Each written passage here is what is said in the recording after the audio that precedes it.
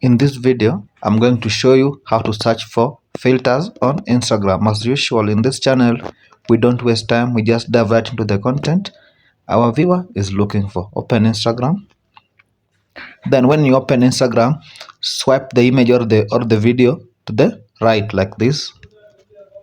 Okay. Then when you do this, you will see various options here. Navigate to Reels. Okay. Then click on there are several buttons here, but the second button from the top, this one with the stars, just tap on it. Okay, and now tap on the magnifying lens button or the search button.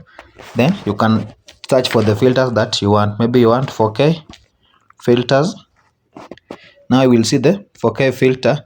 Select on it. Now you can see you can search for any filter that you want here on Instagram. Okay, thank you guys for watching. If you found value in this video, please make sure to like it and subscribe to the channel for more tips like this. Until next time, peace out.